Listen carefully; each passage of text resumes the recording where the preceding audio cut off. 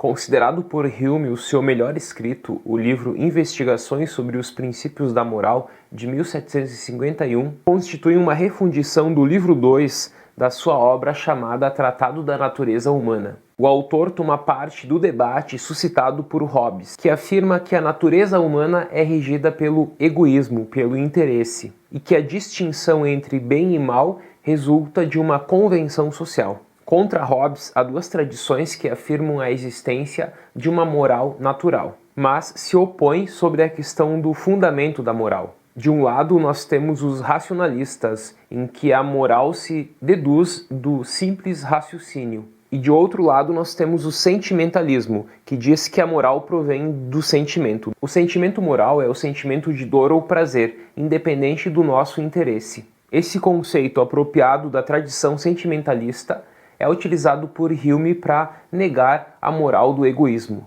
Enfim, a obra Investigações sobre os Princípios da Moral propõe uma investigação empírica da moral e acaba determinando os respectivos papéis tanto da razão como do sentimento sem partir de dogmatismos, mostrando que a moral se enraiza na paixão e se cultiva na experiência. A teoria de Hume permite refutar tanto a teoria do egoísmo moral como também do angelismo. O seu objetivo é investigar a origem da moral a partir de um método experimental, a partir da observação dos fatos, a estima ou o desprezo que os seres humanos expressam.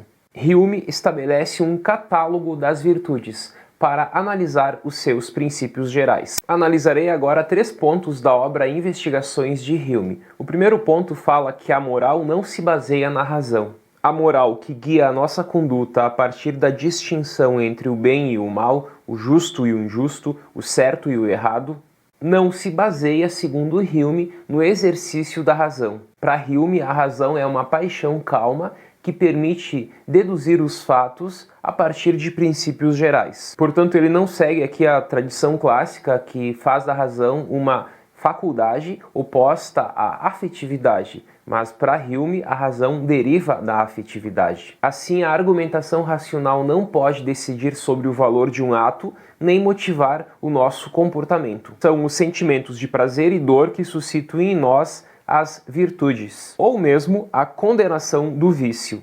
A moral, portanto, se enraiza na afetividade e não na razão. E ela tem como princípio as paixões. No entanto, a moral não se reduz a um instinto.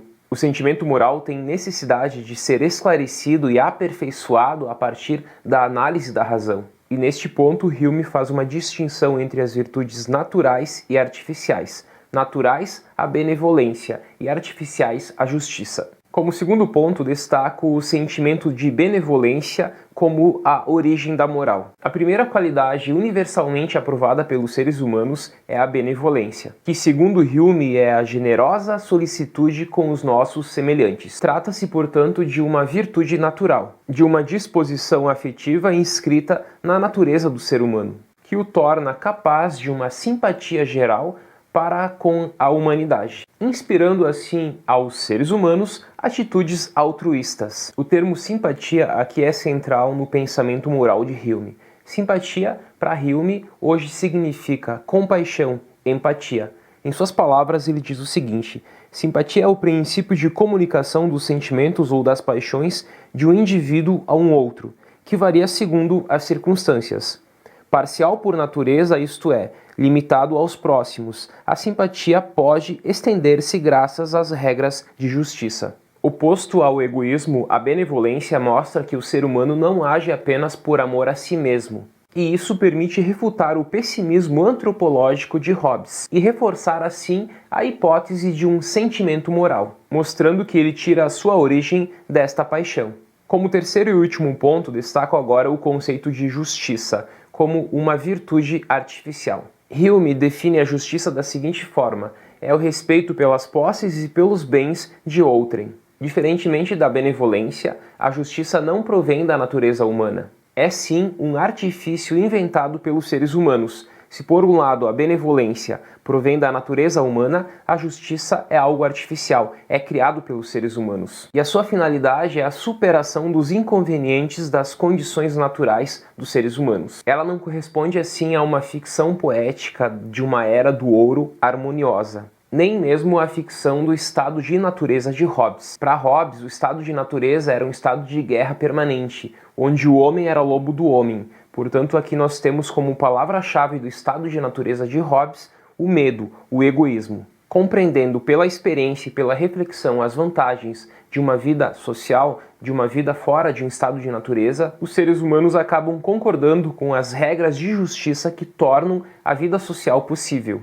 Essas convenções, fundadas a partir de uma utilidade pública, permitem a satisfação e a harmonização das paixões. Elas realizam a passagem de um ponto de vista particular a um ponto de vista geral, e a integração dos interesses individuais pelos interesses comuns. Finalizo com uma citação de Hume na sua obra Investigações sobre os Princípios da Moral. Diz ele: pela estrutura original de nosso temperamento, podemos sentir um desejo da felicidade ou do bem de outrem, o qual, pela via desta inclinação, se torna nosso próprio bem.